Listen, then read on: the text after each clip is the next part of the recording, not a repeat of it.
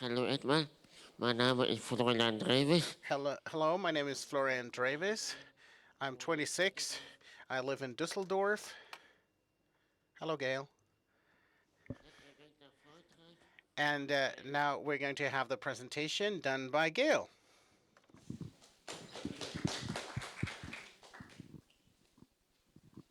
It's really great, isn't it, when we can all come together because we all have a drive and a commitment to make the life of these children and young people better. And they teach us so much, but we can also learn so much from each other.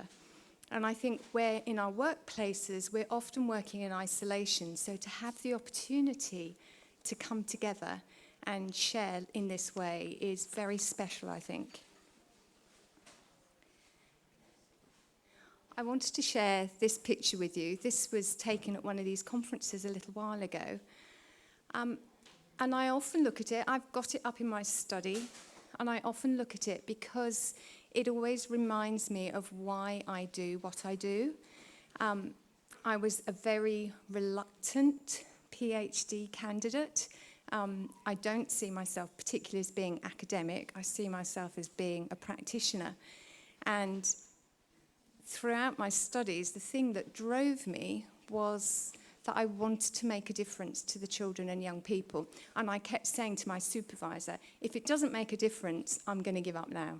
You know, why am I doing this? All those midnights, all those times of blessing David at midnight, because David was the one that suggested it would be a good thing to do.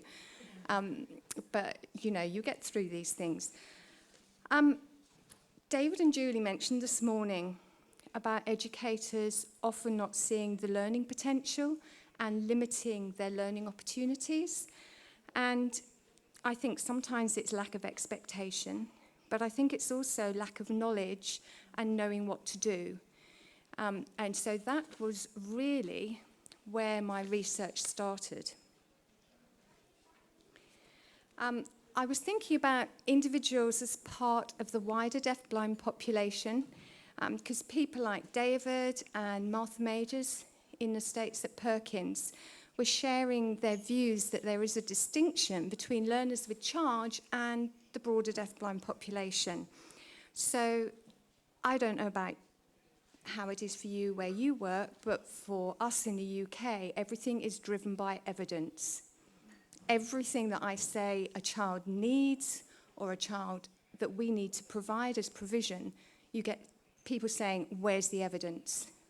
And if I say, well, there's anecdotal reporting, they say, that's not enough. We need evidence. And you're going, well, if anecdotal reporting from people who are very experienced and knowledgeable in the field is not evidence, I don't know what is, but they want the hardcore stuff from research. So that was my starting point. There were two pieces of research that I found that suggested that, yes, learners with charge may have some distinctions over the broader deafblind population. So Tim's work with some others found that learners, I'm very nervous saying this in front of Tim, I hope I've got it right, that learners with charge were very different, not only when they compared them to the broad population of learners with ASD, but also when they compared them to the wider deafblind norms. And some of the differences were that they found learners with charge were engaging in more sensory-related behaviours and that they had a different behavioural profile. And then Veronica Bernstein and I've forgotten her name. Laurie Deno, thank you. Did some work about students they were teaching at Perkins, and they found that the learners with charge engaged in more frequent repetitive behaviours, and they concluded that these were characteristics of charge and not a function of their deafblindness. But that was all that I had to go on. So I then developed my, hold on.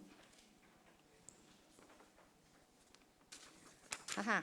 So I've got mine, I've numbered the slides so I can work out what I'm looking at in German and what I'm trying to say in English. Okay, so these were the research questions. It's amazing. It took me a year to come up with my research question. And I kept going round in circles and getting really big and then having to try and get small again. So in the end, I thought, well, charge syndrome is a medical diagnosis. Can it also be considered as an educational diagnosis, not using a medical model, but using a social model? So if a child or a young person has charge, are there likely to be things that we're going to have to consider if somebody has charge syndrome? The rest are all the sub-questions that help me answer that question. I'm not going to go into those any further because I think it's quite nice to get on to the exciting bit. So obviously, my thesis was 80,000 words, so I can't share that all with you today. So the bits I'm going to look at are looking at focusing on the potential learning characteristics and also useful strategies in the classroom that were identified. So the process that I went through was document analysis. So I had 58 educational reports, and I pulled out every single statement that related to the child learning and education, and then went through a whole wacky coding process. So it looked like I had a rainbow on my computer with the software that I was using. And then following that, there was a questionnaire developed, which I was able to use responses from 52 teachers. And it was great. The families of charge in the UK were brilliant because I just sent out this call for help. Can you approach your teacher and ask them if they'd be willing to fill in a questionnaire? And we all know that parents of children with charge are very determined and very assertive, and it's brilliant because they get things done, as you witnessed by this conference, yeah? And so they were nagging their teachers, and then they were emailing me saying, have you heard from them? If you haven't heard from them, I'm going to go and ask them again. So it was really helpful that they were able to do that. In the questionnaire, I examined a range of skill areas and found out what teachers perceived to be easy or difficult for the child. And then we explored teaching strategies that the teachers were finding helpful. I was also fortunate to be able to go over to Perkins and do some interviews of teachers there, because at the time they had 27 students with charge. So it was really helpful for me to go and have that time with them. So although they're not here, I always have to say thank you to the parents, because without them, I don't think I would have got the response rate that I did get. So the age range, wait a minute. I've got to remember to turn the page because I printed it double-sided to save paper. Okay, so from the demographics, 93% of the cohort of children had a visual impairment and 94% had a hearing impairment. And that ties in roughly with previous research and the charge syndrome book and the levels that they're indicating. I think what's helpful is that I also looked at combined visual and hearing impairment. So in the UK, we use the term multisensory impaired for deafblind children very often. And so it's what number of children with charge are multisensory impaired. And it came out at 87%. So it's important, isn't it, that we acknowledge that not every child with charge will have a combined visual and hearing impairment. Nonetheless, sort of skipping to the end of it, the research showed that the MSI approach is the best fit for children with charge. So it's interesting that my work, thankfully I didn't know about it until afterwards because I would have been a bit nervous, but it was used at a tribunal by parents to get a qualified MSI teacher supporting their child with charge who didn't have a visual impairment. Okay, so it's quite, and that's why we need this evidence, isn't it? I think, yes, well, I've made a difference to one child, so that's a good starting point. So I just always put the photographs in because I just love looking at them, and it reminds me, yeah, this is what we're talking about, children and young people, yeah? So these were the age ranges, and it's just to show you that we did have a cross-section of age ranges. We had fewer children in what we call early years in the UK, because one of my criteria was that they had to be in a formal education setting, and obviously quite a lot of preschool children aren't in those settings at that time. So those numbers are slightly lower.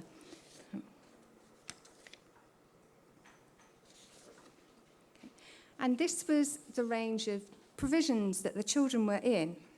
So ranging from schools for children with severe learning difficulties, profound and multiple learning difficulties. And it's interesting, isn't it, that the MSI specialist provisions tend to be attached to those schools. Special school for the deaf, again, interesting, none of these children were in a special school for the blind. School for children with speech and language impairment, physical disabilities, and then a number of children mainstream. And I think this is helpful again because it shows us that there is a range of different provisions that these children are in, and also that this research covered children in different provisions. Now, the reason why they're in those provisions may be a reflection of the range of children and young people with charge, because we know it's a really broad spectrum. But I think there are a number of other factors as well. So it's what's available locally to the families, and also to do with parental choice as well. Okay, this is getting on to the nitty-gritty of it. I get quite excited now, so I'm trying to take a deep breath and slow down. Julie and David talked about the importance of assessment and focusing on the child or the young person. And it's so important, and it's integral to the way that we should be working with these children. And I think this is a helpful tool, I hope, for educators to be using. And I'm now using it a lot in schools. I'm getting asked to go in to do consultation work. So I list the potential learning characteristics in one column. In the next column, we have what are the child's strengths in relation to those learning characteristics, and then what are the child's needs in relation to that, and then what is the provision that we need to put in place. And it's so important that we start with strengths, building on what Julie and David were saying this morning, because if you build on what the child can do and use that to support what you do about what they need, you're more likely to have success. So many times I go into schools and it's that deficit model. The child can't do this, so this is what we're going to focus on. But there's no consideration of what they can do, what the strengths are that they have. So using this, I think it helps us find out what we might need to build on and address to help that child or young person succeed. Okay. When I explored this, I divided it into different areas, which you'll see as we come on to the strategies. So social and emotional development, response to routine and structure, understanding of time and space, those sorts of things, communication, obviously sensory needs. And it's interesting that in each of those skill areas, there were aspects that youngsters with charge were perceived to find much easier than others. So they had strengths and needs in each of those areas. 21 skill areas were explored, but of those, 15 of those skill areas were found to be either difficult or very difficult for the youngster with charge.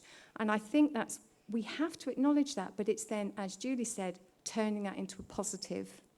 Okay, don't sit there and then go, oh, they can't do this, they can't do that, and that's where the story ends. Okay, well, that's an area of need, let's build on it. The area of greatest need was social and emotional development, and I don't think that comes as a surprise to people working with youngsters with charge. So, first of all, it's that thing that David's always said, that there's a combination of sensory impairments and true multisensory impairment. Okay, so for those youngsters that don't have combined visual and hearing impairment, I still think they're still multisensory impaired, because very often so many of the other senses are affected. And actually, because the other senses are affected, the clinical report may say the child's vision is fine, it's not affected. But actually, because all the senses are designed to work to support each other, if you don't have a good balanced sense, you have difficulty using your sense of vision. And David was talking about that yesterday. If you don't have a stable visual field, it's really hard to use your vision effectively. Okay. They demonstrate behaviours arising from poorly developed or understimulated vestibular and proprioceptive sense systems. So there's that need to adopt a horizontal position. They'll seek additional support when they're sitting or standing. And if we don't provide it for them in a way that's helpful to it, you know that they will find that in a way that works for them. Okay, that's one of the things that they're very, very good at, is making the world work for themselves. Poor body awareness and difficulty organising and coordinating their bodies. Sensory integration difficulties and poor self-regulation. David's often talked about sensory integration issues, and Tim and a number of other people have done some really helpful articles recently that are in DBI review about self-regulation and different aspects of that.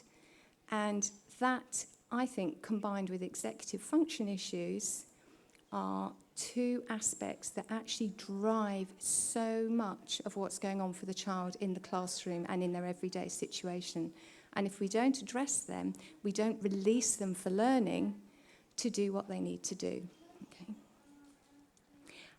We talked about it again yesterday, high levels of fatigue, stress and anxiety, and that's inherent in charge. So you need to be aware of that, of educators, because there are days where you need to take your foot off the pedal and you need to give them a less stressful day. If they're having a difficult day, we need to acknowledge that, and we need to make life less stressful. I often think youngsters with charge, if you have a red line, and if you go over that with your stress and anxiety, then everything falls apart for you. And I think youngsters with charge often bubble along just below the red line. So if we can help reduce that even just a little bit, they've got some capacity to cope when things go wrong. But if they're right at that red line all the time, it doesn't take much to tip them over the edge. And then we get that awful, oh, they've got challenging behaviour. Well, hey, I would too if that was me. Yeah, and I always say, yeah, but it's not them that's challenging. It's us. It's the position and the situation that we put them in. We're the ones with the challenging behaviour. A preference for using different communication modes for both receptive and expressive communication. I found this really interesting. I asked several questions on communication, but I split them up within the questionnaire, so hopefully the people responding to it wouldn't realise that there was a link between them. So what was found was that youngsters with charge have a greater preference for using more immediate communication modes for expressing themselves. So gesture, sign, speech, taking the adult, leading the adult to something to get what they want, to express themselves. But to receive communication, they were much more reliant on concrete communication systems. And that goes back to what Rob was saying yesterday. But on average, teachers felt that children were using 1.6 communication modes to express themselves and 1.4 to receive information. So I then asked them later on in the document what communication modes the teachers used to communicate with the children. And there was a whole list, and people ticked things and they wrote things, and it was really interesting what came back. What I found particularly interesting was the average number of communication modes that people were using with children was 4.7. But if you go to the special schools, it goes up to 5.7. So, oh, it's gone again. It's not just David. What do I press? Which one? The first one? Thank you. Yay. Oh.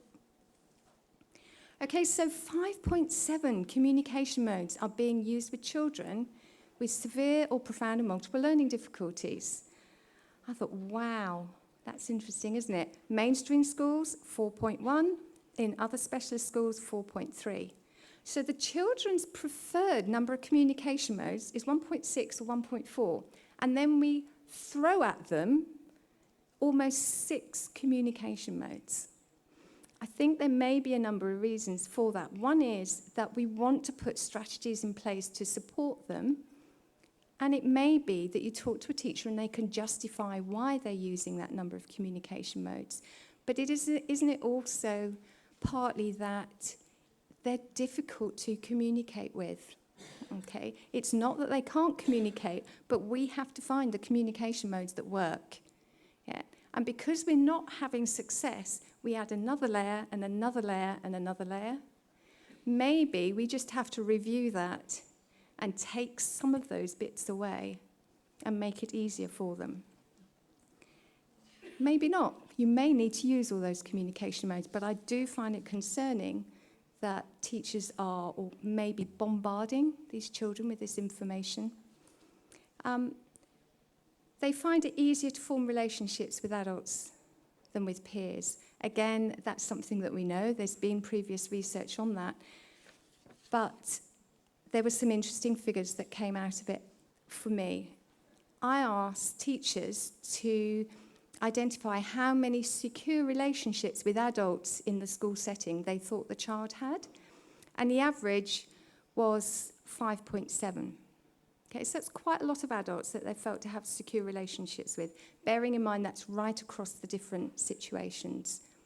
I thought, okay, that's interesting. So what about the number of genuine relationships? And I tend to say meaningful relationships rather than friendships, because friendships is about our perception of what a friendship can be, and it's about meaningful relationships, I think, which I'll talk about more on Sunday.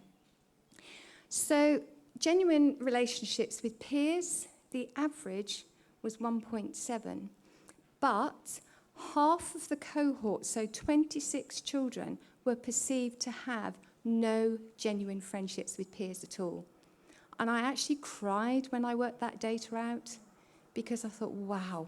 And I'm getting emotional now, because it's such an important thing, isn't it? Being connected with other people and being part of the community that you're in. So I thought, I know, I will just look at those children that were perceived to have a large number of adult relationships. Because if they've got that number of secure relationships with adults, perhaps they've been more successful in forming those relationships with their peers. So there were 5 children who on average had 15.4 relationships with adults. Now, they were all in mainstream settings, and if you think about secondary school, yeah, so 11 plus, yeah, they all have different subject teachers, and that, so there is likely to be a larger number of adults that they're relating to. But even amongst those youngsters, the average number of friendships was only 2.8. So again, very isolated. Okay. We know from research into other special needs, so for children with hearing impairment, and that they are likely to be very socially isolated at school. But there's some real evidence here that we need to be addressing this at length for children and young people with charge. So I'm going to do a talk about that on Sunday, because I started to do some work on that. But it's things that Megan's got her poster up there, and I was saying to Megan, you've got to get your dissertation done. You've got to get it out there, because I'm realizing more and more that it starts in the very early years. Okay, so I was working with a little girl with charge earlier this week who's 2, and I was just working at letting her let me into her play activities. Yeah? And it took me an hour and a half for her to let me in. Okay, but it was just being there, what we call an intensive interaction approach in England. Yeah, so what that teacher was doing in those clips, beautiful, taking and joining the child in there. Because I think too often we say to the child, come on, you've got to come and join me in my world. But we don't take the time to join them in their world first. And that's really what we have to be doing. Difficulty understanding and expressing their own emotional states and empathizing with peers. And I think that affects the peer relationships. I've talked about that at previous conferences here. But it's an extension of what David was saying about the need to communicate with their own body. Because if you can't communicate with your physical body, how on earth are you going to communicate and understand your own emotional state? And for those of you that have heard me talk about this at previous conference, there was a young lady called Jenny that I told you about, and we'd spent 2 years working on a program to get her understanding and recognizing her own emotions. So she was getting in a lot of trouble at school because she was calling people some horrendous names and doing some awful things because there was a difficulty with the relationship. It got her attention, but it was also that she wasn't able to empathize with how it made the other people feel.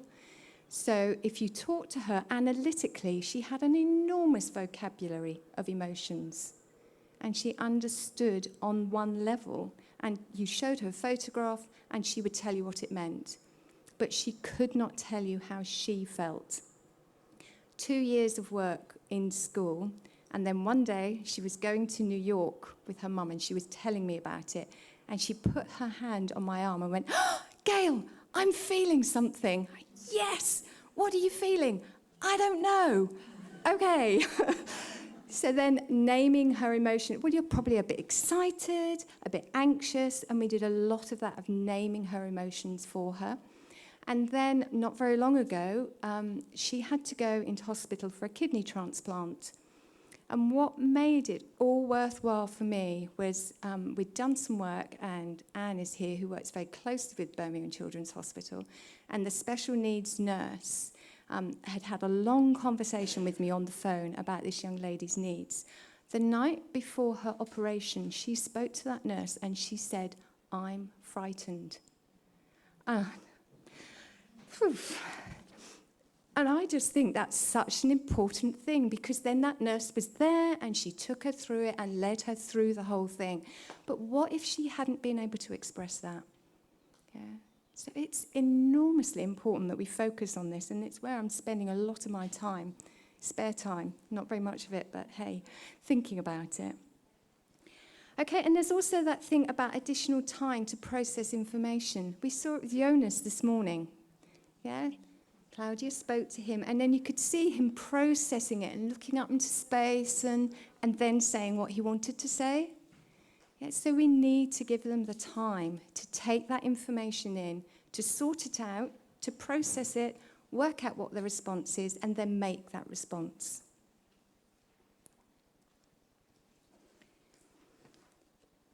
A real strength, development of concrete concepts, okay? It is a strength, so we jolly well have to use it, because one of the things that they find more difficult is the development of abstract concepts. And somebody's already touched on it this morning. It might have been Julie, I can't remember if it was you or David, mentioned about the need for teaching to be in context. Yeah, because concrete concepts, if they have real and meaningful experiences of it, you can use that to help them develop their abstract concepts. So, for example, a little chap I was working with, he has he's deeply driven, as so many of them are, by maintaining a sensory equilibrium. So in school, can't believe it, amazing school. I said, he needs this. So they built an extra little room, and there's a sensory circuit, and he can access it. It's immediately off the classroom. And now that he's growing older, they're changing the classroom groupings and situations so that he can stay with access. So it can happen, inclusion, and it can work. So he goes into this, and after he's had about 5 minutes of doing some sensory thing that helps him to regulate, you ask him if he wants something more or if he wants something different. And he will say more or different. Yeah. And if he says something different, he moves on to something else. So he obviously has an understanding of that concept of different, meaning I move on and do something else. However, following that, I saw him in a science lesson, and they were doing hot and cold. Okay. And they were saying, is it the same or different? And they're going, well, he understands different because he's done it in the sensory room. And I'm going, it's not the same concept, is it? That's the problem with our language as well, and those assumptions that we make that these things are intact. Yes, but it's about using those concrete concepts to support the development of abstract concepts. This is a bit contentious. I've had some interesting discussions about this one, that problem solving is a strength, because in places in literature, it says it's a real difficulty for them.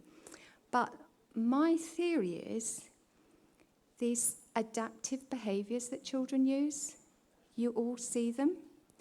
I think they're problem solving. This doesn't work for me, so therefore, if I do this, it works. And we saw all those beautiful slides from David of the things that those children are doing to make the world work for them. So actually, I think problem solving potentially is an enormous strength. But it's our perception of what problem solving is. Yeah.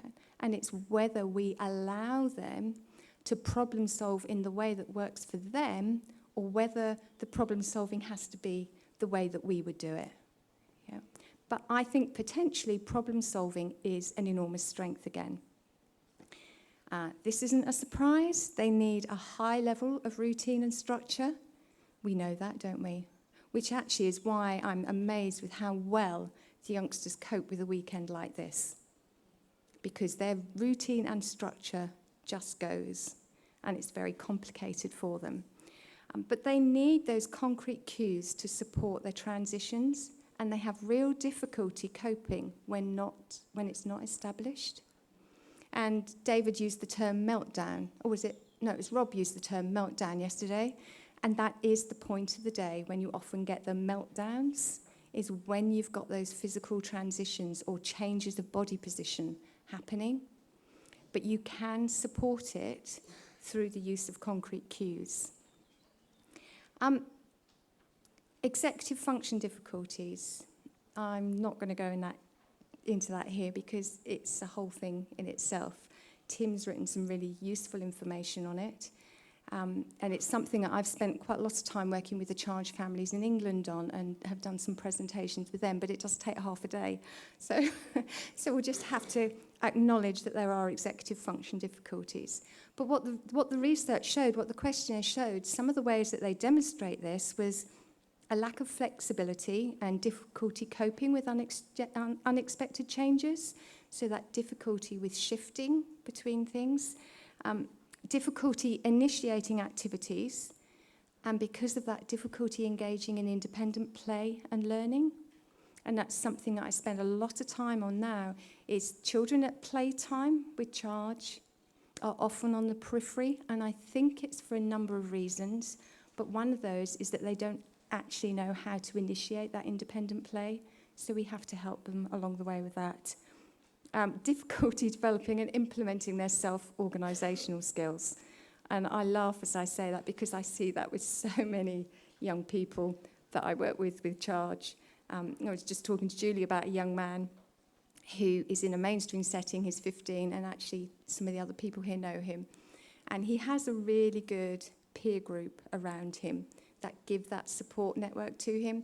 So I saw him just before he was due to do PE, and I said, well, where's your PE bag? Because he'd had it earlier in the day. I'd seen it over his shoulder, but there it wasn't there. And one of his friends just came up to me and went, duh, you've forgotten your PE bag, shoves it at him, and off he goes again. But isn't that a brilliant peer support for someone that's got really bad self-organisational skills? Difficulty coping with those transitions and shifting attention from one activity to another. And I think the difficulty we have with youngsters with Charge is they have problems with that initiating, but once you get them into an activity, you then have problems getting them onto something else afterwards. Yeah. Poor memory, their working memory. And as a teacher, it's hugely frustrating if you're doing reading with a youngster with Charge and they read something, you turn the page and they can't read the word. And I think, but you just read it on the other page. And it's something to do with their working memory and what's going on for them. Difficulty transferring and generalising skills. So again, they might learn something in one situation, but learning how to generalise that and transfer that to different situations is very difficult for them. And also the fact that they're easily affected by environmental distractions. Yeah. Because of the issues that they have, they don't actually know what they're supposed to be concentrating on. So they concentrate on everything because they might miss out on something. And the last one, the fine motor difficulties and poor pencil handwriting skills. I was surprised by how often this came up in teachers' responses, because I don't think it's something that we've looked at enough. It's interesting, isn't it? David's onto this and has taken some photos. I've got another one to share with you too. Okay, this is a young man. This was during a 20-minute session. So the first one is beautiful.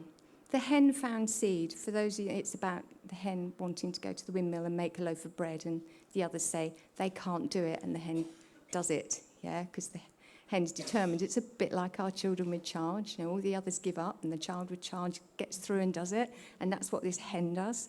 So the hen found seed. The hen cut wheat, and then the hen went to WM, windmill, okay? And the hen baked bread. But my goodness, what a difference in that handwriting over 20 minutes. And it's something I feel quite strongly about now, and I was talking to Rob about this, that we expect the children to record their work through handwriting. The trouble is, it means that every activity potentially becomes a handwriting activity. And we will get onto the responsive strategies, but I have a real problem with people that say to me, therefore we need a remediation program. Why? Why can we not just say, this is something that is an area of need, and yes, we need them to be able to write their name and fill forms in, so they need to practice. But actually, if you're trying to get them to express themselves creatively, or you want them to do some maths work, why not use this wonderful thing called technology?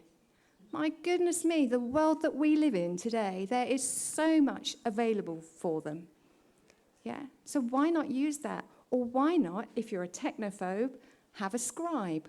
Or find somebody said about Lavinia, and she can't write a paragraph, but if you put all those words into multiple choice, she can tell you that, yeah, she can do it and record her work. So I don't think a remediation program is necessarily and you might feel very differently, but I think we need to focus on what are strengths and skills for them, and let's make learning as easy as possible. We seem determined to make it difficult for them. Yeah. So thinking about what you were saying about support, a young man was attending a residential school in the UK that very sadly closed with a week's notice. And it's 6 months on now because it was Christmas when it closed, and I've still got 4 youngsters with charge that are not in educational provision because we can't find the right place for them. One of these youngsters went to another school so that they could assess him potentially to go there. So what do? You take his intervener away and you take his cane away, and then you assess how he gets on in your school. Yeah, sorry, that's an aside, but it's part of that, isn't it, about let's give them support. And why is it when they start to do something successfully with those supports, we take the supports away and expect them to do it without it? And it's exactly what Julie was saying. Those supports are fine. There's not a problem with having an intervener working with them. Yeah, it's not a problem having a red and white cane to get around. Yeah, so it's a bizarre world that we live in, isn't it? I don't know what chargers think of us, but I'd love for them to be able to tell us sometime. So, not to bore you with the details, but I spent a lot of time going through literature, looking at the MSI, the deaf-blind approach, and what came out of the questionnaire, and then seeing what the similarities and differences are. And I'm hoping that this gives people a little bit of confidence that are deaf-blind teachers, because David said something in short terms, that the MSI philosophy and approach was probably the most helpful for youngsters with charge. And I describe it as being the best fit. So if you know about the MSI approach, the deaf-blind approach, you have got skills and knowledge at your fingertips that you can use to help you with youngsters with charge. So there is a huge overlap, but you'll see there's that bit about charge that's distinct. And I surmise that it means that probably there's something about deaf-blind that's distinct from what we do with youngsters with charge, but I didn't look into that, so that's for someone else to do another day. So the research showed this, but said, so what's different? And it's that strategies that you use with other deaf-blind learners might need to be employed in a different way, or you might have to use them for a different reason. So, for example, visual calendar systems, which we've talked about, we do use them to help the child order the day, to support their communication, and support social interactions and concept development. And that's well established for all deaf-blind learners. But for youngsters with charge, it's also used to support self-organisational skills and to reduce and manage perseverative behaviours. Okay, so there is that additional element. And we might need to do things differently. So, additionally, something that I couldn't find anywhere in deaf-blind literature was that you need strategies to initiate and sustain social interaction sequences, behaviour management, and recognition of the impact of their sensory integration issues, and also the charge behavioural phenotype, which Tim's done a lot of work on. So, there's a lot that we know already, but you have to be flexible, you have to be prepared to do things differently, and you may have to do, well, you will have to do some things differently and some things that you don't have to do with other youngsters. A defined programme for managing fatigue, stress and anxiety. I was so impressed by how many teachers were recognising this in the questionnaire. Whether or not they're doing it is another matter, but at least they're recognising it, which is step one. Access to a safe rest area. Really important for youngsters with charge, and particularly in mainstream settings, it's something that they're not given very easily. And then that response to the child's executive function difficulties. In the UK, I think we've got a huge amount of work to do on that, because very sadly, in teacher training, they do nothing about executive function. I didn't know anything about it until Tim mentioned it about 10 years ago with Jude. I went, what's this? I need to go and find out. Psychologists know about it. Educational psychologists know about it, but they don't apply it to youngsters with charge. But they know about the theory of it. But teachers need to know about it too. Do I sound as though I'm getting on a hobby horse? I'm sorry. Okay, so I then, as part of the questionnaire, looked at strategies that teachers found helpful in the classroom, and I hope that this is information that teachers can take away and be really helpful, and parents can give to teachers and say, this might be helpful for you. So, having those potential characteristics, I'm not saying that every single child with charge will be, that will be a characteristic in that child to an important degree. I suspect it will do for most, if not all. But it varies, doesn't it? Because every child is an individual. The way things come together in every child with charge is different. So we have to take an individualised approach. And as part of that individualised approach, it's that thing that we were talking about earlier on, about whether you use a top-down or a bottom-up approach. And actually, I think you need to be using both. So sometimes the focus is on the end product. But sometimes, and quite a lot of the time, it's being process-driven. Yeah. So I was in a school working with a youngster with charge, and this was a specialist provision, so I was a little bit concerned at the end of this and went and had a long chat with somebody. They were doing a cooking session, and the product at the end of the cooking session was a quiche, okay, to take home and share with the family. And I was working with this youngster with charge. 3/4 of an hour later, we had explored the cheese grater, okay? The lesson was an hour long. Oh, but the child hasn't made the pastry. The child hasn't done this. The child hasn't done that. I said, no, but when you do this next week, he knows what a cheese grater is, and we can now move on to the next bit, okay? And it's about the processes. It's not rushing them through and getting that quiche to send home, yeah? So it may be that the teacher makes quiche beforehand, so the child can take one home with them and know that that's what they're working towards. But actually, the important thing in that session was the process of exploring a cheese grater and finding out what a cheese... I never knew a cheese grater was so interesting, and I learnt so much about it. And some cheese ends up in long bits, and some cheese crumbles, and it's really interesting when you start taking it like that. Sorry, I'm very strange, I know, but hey. Okay, so strategies for sensory responses. Okay, in red, good, they are in red, are the potential learning characteristics. Okay, and then under that are the strategies that teachers said they found most helpful. Okay, so placing a priority on all the child's sensory needs. And that includes the vestibular and proprioceptive, and that's often missed in schools. Okay? David calls them the hidden senses, and he calls them that for a very good reason. Yeah. But the importance of them, if you know Jean Eyre's work, there's a triangle that's a hierarchy of development.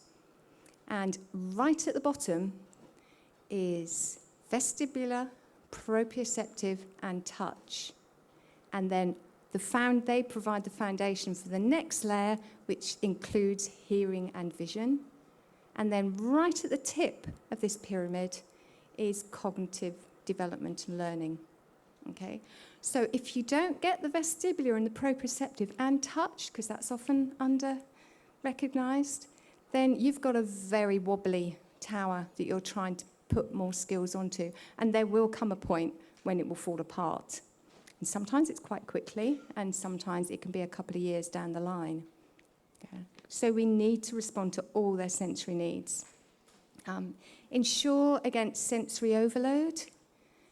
A bit like the communication modes, we do have a tendency to bombard these children because in the UK, the way to work is multisensory. And people think that multisensory is stimulating every single sense all at once. And I have to do a lot of education. That's not actually what multisensory approach is about. It's about finding out what the child's sensory strengths are and using those and stimulating those and supporting those to help with the needs. But it doesn't mean that... And sometimes I throw this thing called unisensory in. So why don't we work on one sense? I go, oh, you're joking. Oh, how do we do that? It is actually quite tricky, but sometimes that's what you need to do. We've said about sensory integration difficulties, sensory processing difficulties. They really need to be responded to. Unless we deal with those as a priority, you don't release the child for learning and engagement in their world. And as David said earlier, as sure as eggs is eggs, they will concentrate on sorting that out because it's such a deep-seated need. And you need to work closely with your specialist teachers, so your teacher for visual impairment, hearing impairment, and multisensory impairment. None of us have all the answers for these children, but we all have different skill sets, and everything is useful, and you have to work really closely together. Okay, so a little girl I went in to see is doing phenomenally well in nursery school, and we're just transitioning into proper school, into grown-up school, she's calling it. And one of her areas of weakness was creative, and we have something called an early years framework, and it was a real dip in her profile. But when I sat down and worked with her, they said, oh, she doesn't draw pictures, she doesn't do this, she doesn't do that, which is strange because she does all these other things. Okay, so sat down and had a look at it. Well, they gave her white paper and a grey pencil. Okay, she had no VI teacher input at this point. So I said, okay, have you got some felt pens? So unfortunately, the little girl chose pink. And I was going, oh no. But she really liked Frozen. So we've talked so much, haven't we, about using the things that they're really fixed on and interested on. I said, oh, what colour does Elsa wear? Blue. Yes, get the blue pen. And she did this phenomenal picture of Elsa with long flowing hair, detail on the dress and everything. Nobody had ever seen a picture from her before and couldn't believe that that's what she was capable of. That was due to her visual needs. And so one of my recommendations was that you need a VI teacher in here. Because what we find with youngsters in charge, they work so hard with the little that they've got that people don't realise how difficult it is for them. Yeah, so people saying, we didn't know she had a problem with her vision. Really? Okay, she's only got vision in one eye. She's 660. So what a normally sighted person can sit 60 meters away from, she needs to be 6 meters away from. The problem is you didn't have a specialist VI teacher in there to support her for her visual needs. Yeah.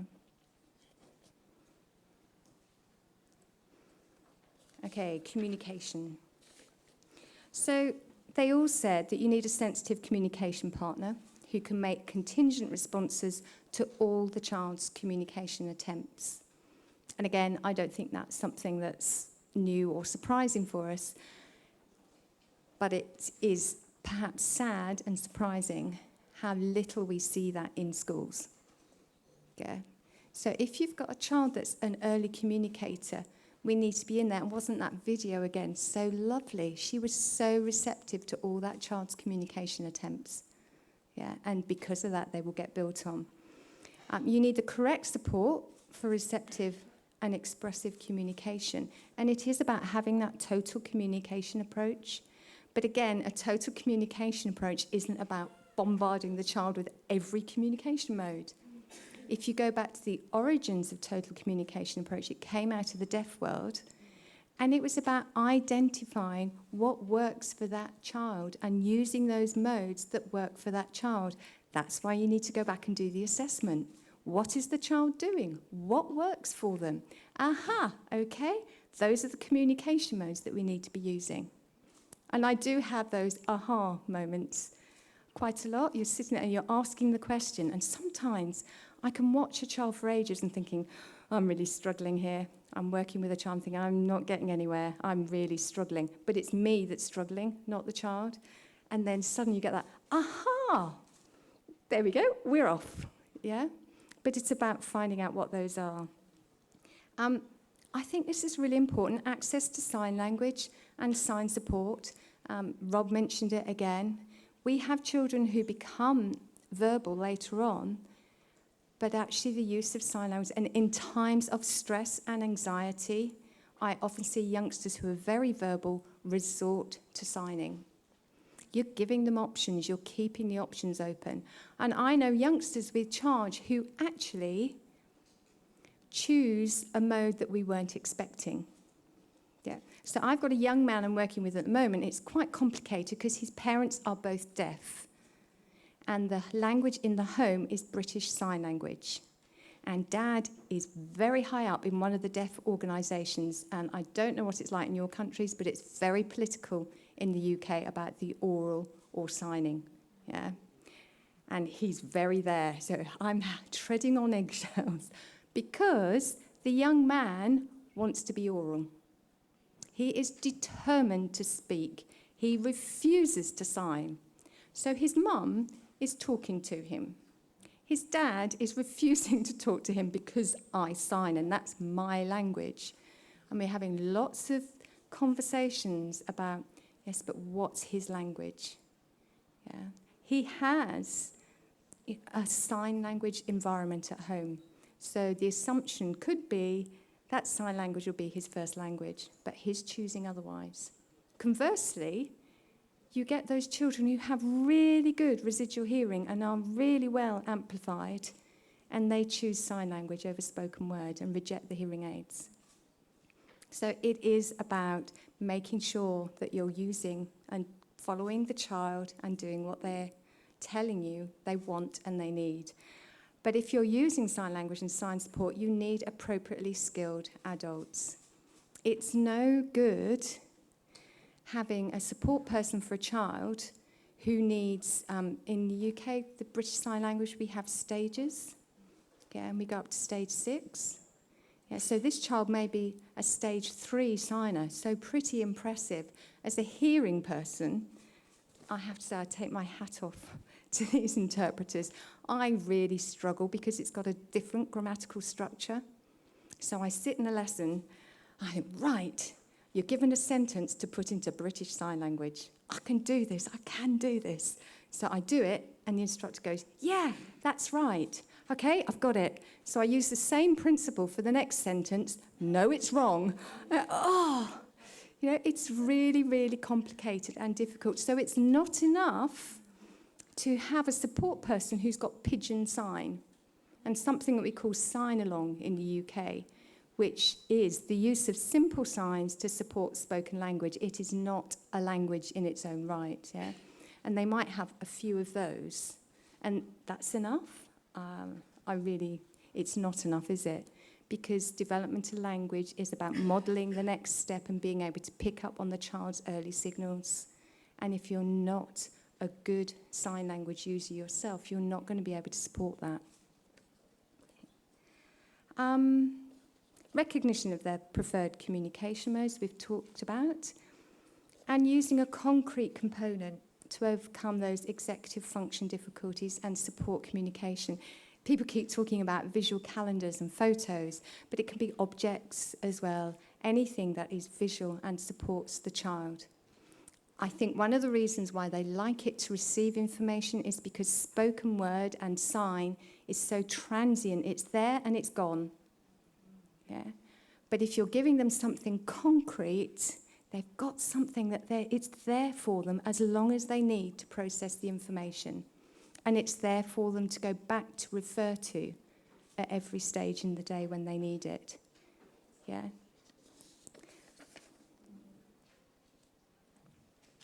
Okay, so conceptual development. Talked about this a little bit. Relevant and meaningful experiences presented in context.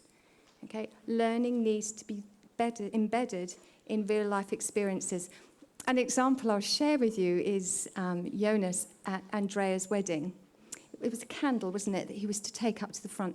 And I could hear, because Claudia was sitting in front of us in the church, and I could hear these conversations going, reinforcing what was going to be going on.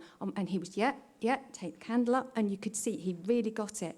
He got up to the front, and he was that close to Anne, and he just went, Andrea! And it was this moment of surprise that the person in this big poofy dress was actually Andrea, and this person that he knew very well.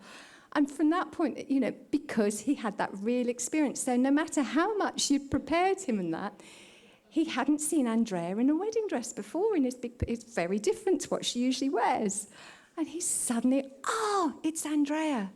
And you could just see, you know, the switch. Oh, yeah, I got it now.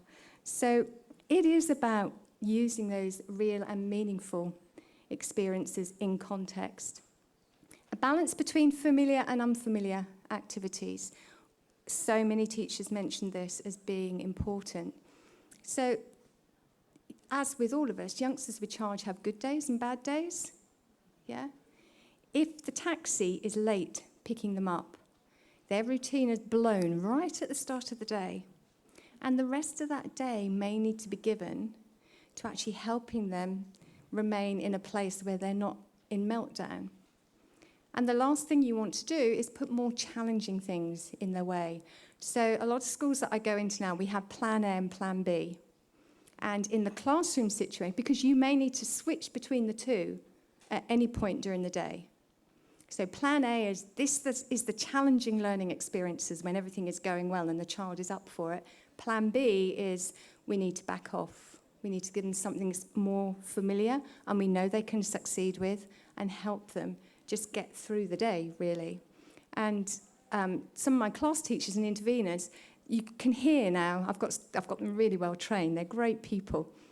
And they'll suddenly say to the teacher, Plan B, and they whisk the child off and do something else because they know they need to get up and move. If they sit and you make any more demands of them, they're going to lose the plot.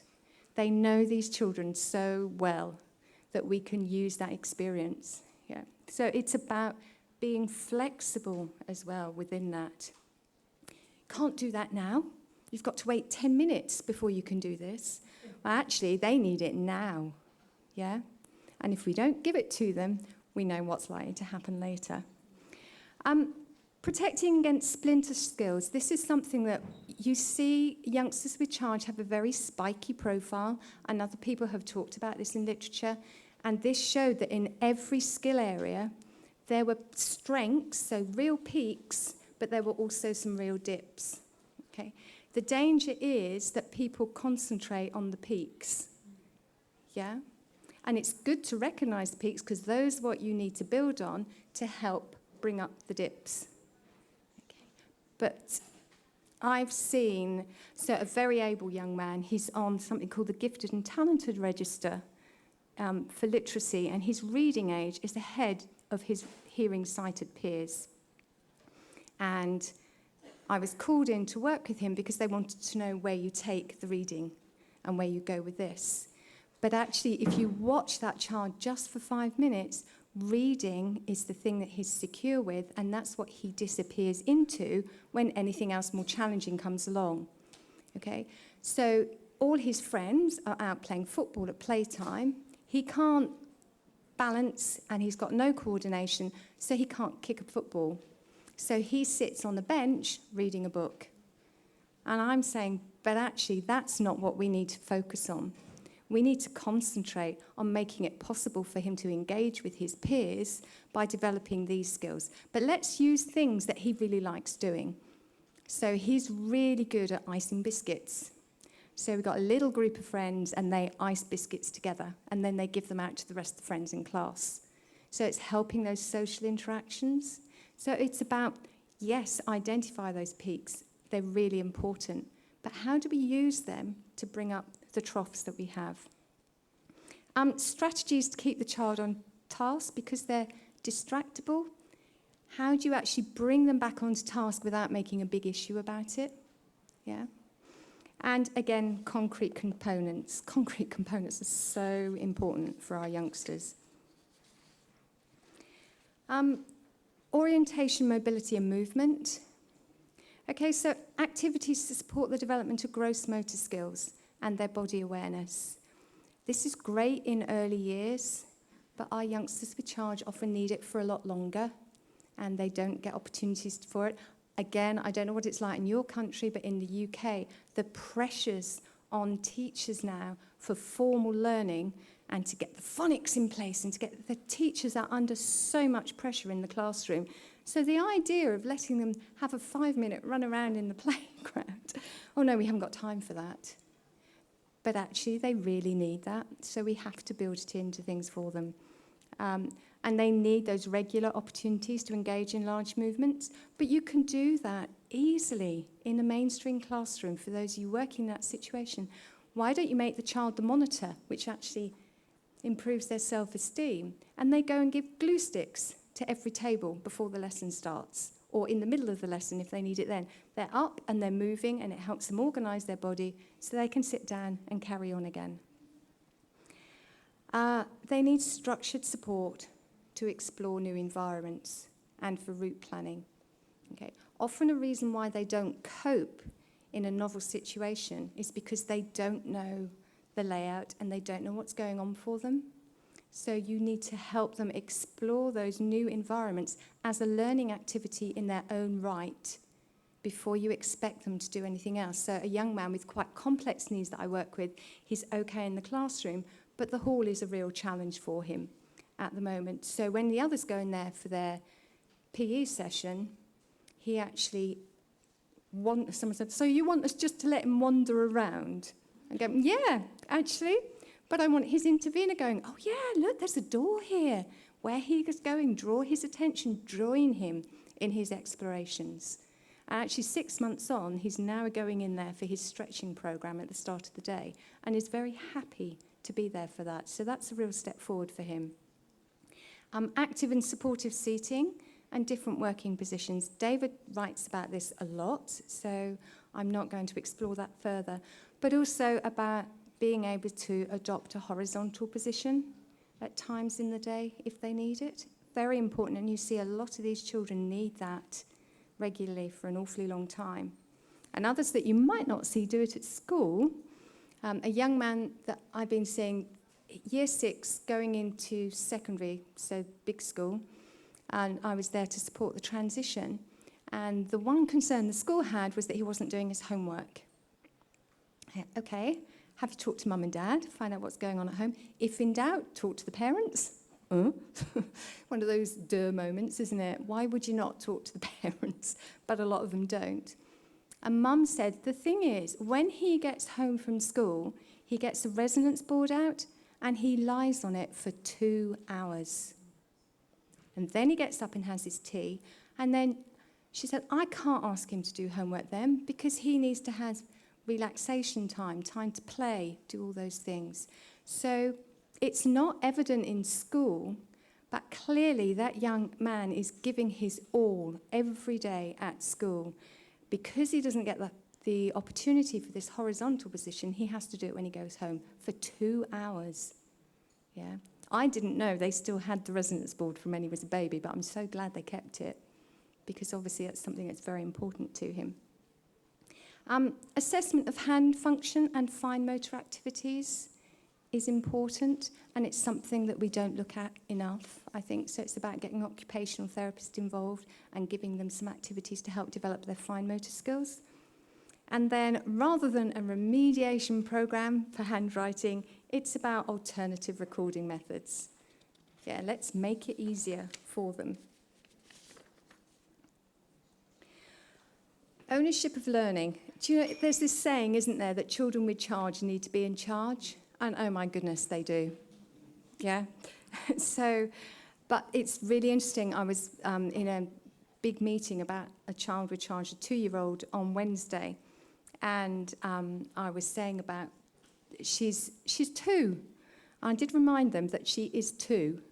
And at 2, they have the terrible 2s.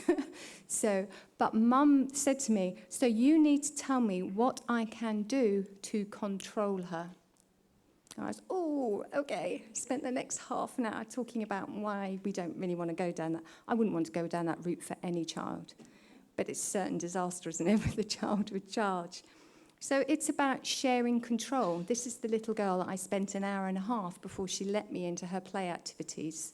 And it was because she needed to be in control. And when I joined in, I changed it. And I made it more difficult for her, but eventually she let me in. So I was allowed to put a brick on her tower. Yeah, and that was actually really special to me. And then she did one, and then she gave me a brick to put on the tower. An hour and a half to get in there and to be able to do that. But that's the beginnings of sharing control. So we need to be starting it very early. Opportunities to make choices throughout the day. Okay, so quite a lot of children I work with, we have a now and next board. So on one side we have the things that you have to do now, and on the other side we have what's going to happen next. And we develop that further. So these are the things that you have to do in the next hour or in the morning. But you choose the order that you do them in. Okay, so there's little symbols or photographs, and when the child does that activity, they move the symbol over to the finish side. So they've done that bit, but then they get to choose the next bit. And it's a really great way of giving them some ownership and control over their learning. That burst pause style, working at the child's pace, again, we saw some lovely evidence of that in the video earlier on. A flexible response to their changing needs is about not pushing them when they're not able to be pushed. Yeah? We all have things that we do that are relaxing for us and enjoyable. Not every book that I read is challenging and difficult for me. And I have one particular favourite book called North and South by a lady called Elizabeth Gaskell. And I go back and I must read it 2-3 times a year. Why do I keep going back and reading that? I know it inside out. It's because I really enjoy the language of it. And it's something, I brought it with me, isn't that interesting? Because these weekends are really hard work. Yeah, so I brought it with me and I read it last night before I went to sleep. So, you know, why don't we let those opportunities be available for the children? Because they've got to learn and they've got to move on and life's got to be difficult and they've got to be working towards the next goal. Yeah, but there is a reasoning as well behind practicing and using what's familiar for them. So not placing too many demands on them. Recognition of their executive function difficulties. This really is a big area, and it's too much to do now, but Tim and Jude have written some interesting work on it, so do go back and look at it. So, for example, what are we going to do? So, support for transitions, okay, or for activities, moving into an activity. Because of their executive function difficulties, they have problems initiating. So you need to provide a lot of support often at the beginning of an activity. But once they've got going, they can engage in much more independent learning, yeah, within the task. But then you have to up the level of support at the end, because we know that because of these, they have problems shifting and transitioning onto something else. Yeah, so it's about being really sensitive about when you can leave them to learn independently and when you need to step in and give them the extra support. And support for their self-help and self-organisational skills. I often say, young children, most of them go swimming. And do you know, they've all got magic swimming bags because they're there in school. They go into school and they're there and all the clothes are dry and everything is there that they need. And then at the end of swimming, everything gets put back in that bag. But the next time, magically, it's dried, it's clean, it's all ready to use again. Well, hey! So, it's something I say, but this is what parents need to do. That bag goes home. The child takes out the contents of the bags, deals with it, pegs it on the line, washes it, and then packs the bag the next time for swimming. Yeah? It's those simple ways of building things in, but we have to be so alert to it, I think.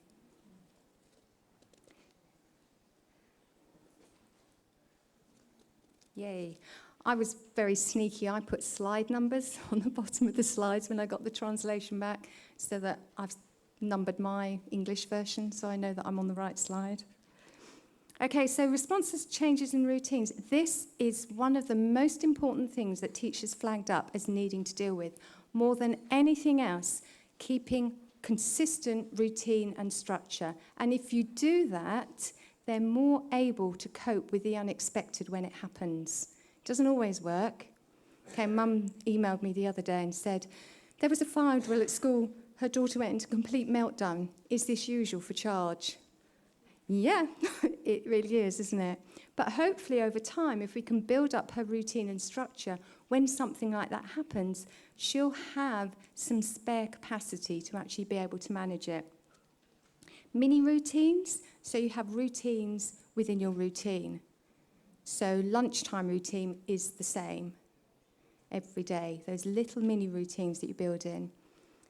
As educators, we need to be aware of the impact of change on the child. So you don't change things on a whim. You think carefully before you make any change to your day or their program. And then you decide, yeah, actually, this is a change that we need to make. And okay, you try and prepare the child for it through the visual calendars and things. But you need to be aware of what change can do to a youngster. Concrete cues, again, to support them in that movement. And a consistent approach by all adults. Unfortunately, even if we all try and do something exactly the same way, we won't. But we can try and do it as consistently as possible. And I think with little children or children at an early developmental level, it's really important that they have consistent people for particular activities. So these children are hard work. And I don't ask somebody to support one child throughout the day. I suggest that they have 2 interveners trained to work them, because actually I think if you've only got one person you're dependent on, it's a very fragile situation. Okay, so at least 2 people. But then within that, this person always does this activity with them, and this person does this activity. And then when that's established, you can start to introduce other people. Because with the best will in the world, we cannot do things consistently with each other. We're nearly there, guys. Okay, social and emotional. Oh, whoa, this was the most difficult aspect. Okay, and I do think we need to put a lot more time and effort into dealing with this and developing strategies for this. So they need those key people. They need structured programs to support peer interactions. It's not just going to happen. We have to support them through that. So the little lad that we made the biscuits with, okay, there was lots of, what happened was one child was keeper of the sprinkles and one was keeper of the Smarties. And then you had to ask that peer if you wanted some Smarties to put on your biscuits. Yeah? So it was all a game, because they play a game called Keeper of the Keys. So you were keeper of whatever it was. a program to develop the understanding of emotions, and we need to start really early on again. So I have lots of teachers in early years getting them to name the child's emotional state for them, but also if one of their friends falls over and hurts himself, drawing the child's attention to it and saying, oh, look, he's really upset because he hurt his knee. Yeah? Or they're really excited because it's their birthday today. So those things that we need to do to support them. Activities to ensure success and confidence. Do you know, kids with charge work at a slower pace. I often think we have state exams that happen at 16 in the UK. And I often think that some of the youngsters with charge I work with be ready to do them when they're about 19 because they've got the learning potential. It's just that when you're working with so many fragments and not a whole picture, learning is much slower. So we need to be working on success and confidence within that. So a young lady that you all know from a photograph that David did, the young lady with the walking poles. She is a very confident, capable young lady. She knows when she hasn't finished a task. And unfortunately, the class that she's in, the teacher has this strategy of, if you don't finish your work, you stay in at playtime and finish it. And it really isn't a punishment. It shouldn't be a punishment that she hasn't got through the work. So what we do is she has 3 math sums instead of a sheet of 10. Okay? And when she's got through those, wow, you're clever, you got them all right. And then you do another 2. And if she gets through those, you do another 1. Yeah, so by the end of the lesson, she's had reinforced 3 or 4 times, wow, you completed it, you got them all right. Rather than, oh, you've still got 4 to do. She knows she's got 4 left to do. And, oh, I'm going to have to stay in at playtime. She needs to go out at playtime, and she shouldn't be punished for needing to work more slowly. Okay? So it's about tightening up the way we're working, and the expectations are there, but actually we make it manageable for them, the workload that they've got to get through. Recognition of the impact of fatigue. These children get pushed and pushed and pushed. And we know that it's one of the key things about them is that they get really exhausted. And it's not tiredness, it's beyond tiredness. Yeah. So we need to be looking at that. And again, a safe rest area was something that the teachers flagged up. So just to finish, do you have this going on in your countries? There's this debate going on about how we classify children with special educational needs. And in the UK, there's very much a thing like moderate learning difficulties, severe learning difficulties, profound and multiple learning difficulties, hearing impairment, visual impairment. And I sometimes think these are just for administration. They really help for get administration sorted out. But I think it's about informing placement, but also resource allocation as well. But I don't think it's very helpful for us when we're working with youngsters with charge to say, but actually this is really what they need to support their education. This is the approach that we need to adopt.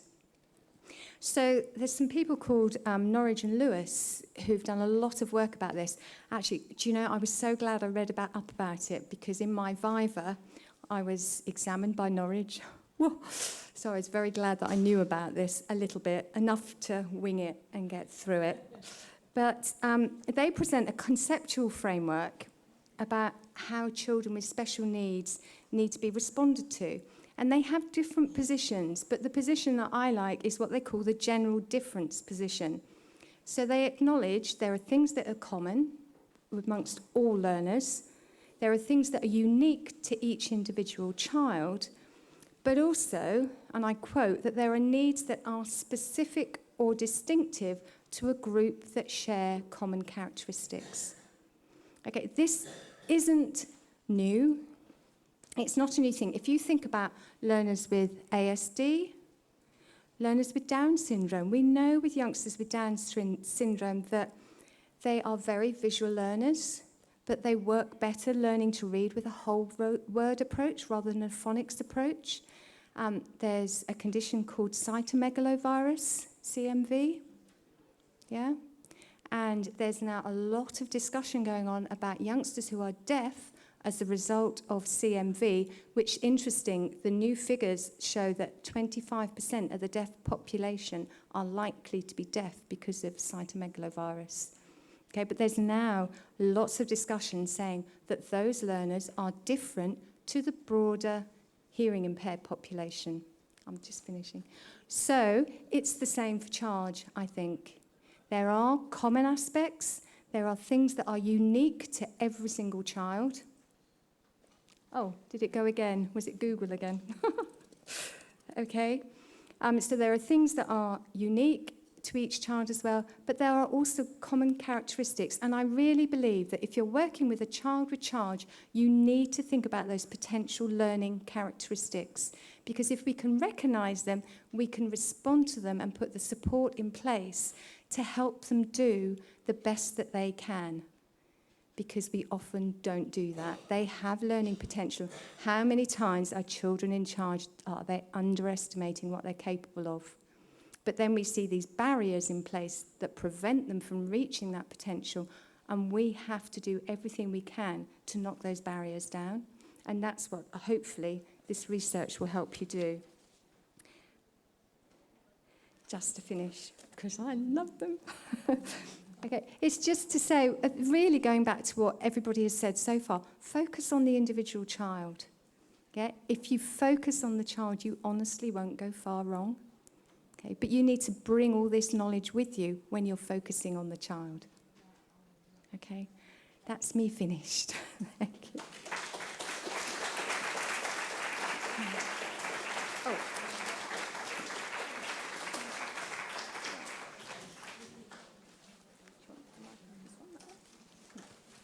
Take this one. Vielen Dank, Gail. Thank you, Gail. We would like to thank all the professionals who are here. The English-speaking persons, the headphones on. Vielen Dank, Gail. Thank you so much, Gail. Thank you for coming. Vielen Dank für die an die Fachkräfte. Thank you to all our professionals in the room. So many of you have chosen to come. That's great. Our professional conference will end now after lunch. We'll have lunch next. We'd like to thank you for having been here. We do hope that we'll see you again in 2 years' time. And we'd also like to invite you to stay on. The next presentation as part of the family conference will be Nancy and then Tim. Is that right? First Nancy, then Tim? Yeah. Two wonderful presentations. Thank you very much for having been here, and I do hope we'll see you again very soon. Thank you.